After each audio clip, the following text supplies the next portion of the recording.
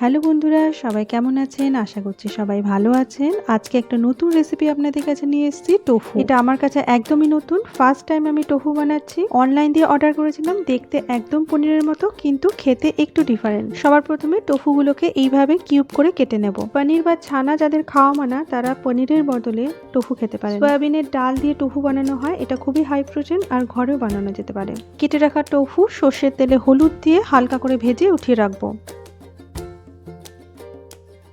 টোফুগুলো ভাজা হয়ে গেছে। এবারে গ্রেভির জন্য নিয়েছি কাজু বাদাম, টমেটো, আদা, কাঁচা লঙ্কা আর গোটা গোলমরিচ। পেস্ট করে নিলাম সমস্ত উপকরণ। এবারে কড়াইতে আরেকটুখানি সর্ষের তেল দিয়ে দিলাম মশলার পেস্টটা। দিলাম গুঁড়ো শুকনো লঙ্কা, গুঁড়ো হলুদ, স্বাদ অনুযায়ী নুন আর কাসুরি মেথি। আর দিলাম কিছু মটর। এখানে আমি ফ্রোজেন মটর ইউজ করেছি, এখন মটরের সিজন নয়। আর কিছু কেটে রাখা ক্যাপসিকাম। 5 থেকে 10 মিনিট মশলাটাকে ভালো করে কড়াইতে কষিয়ে নেব। ক্যাপসিকাম পুরোপুরি গলে গেলে একদমই ভালো লাগে না, সেই জন্য মশলার সাথে ক্যাপসিকামটা দিলাম। তেলে 10 মিনিট নাড়াচাড়া করার পরে দেখা যাচ্ছে তেল ছেড়ে গেছে, মানে এবারে মশলা কষে গেছে। মশলা কষে গেলে কিছু পরিমাণে জল দিয়ে গ্রেভিটাকে ভালো করে 2 মিনিট ফুটিয়ে নেব। গ্রেভি ফুটে উঠলেই দিয়ে দেব ভেজে রাখা টোফুগুলো। নামানোর আগে কেটে রাখা ধনেপাতা দিয়ে রেডি হয়ে গেল আমাদের শাহী টোফু রেসিপি।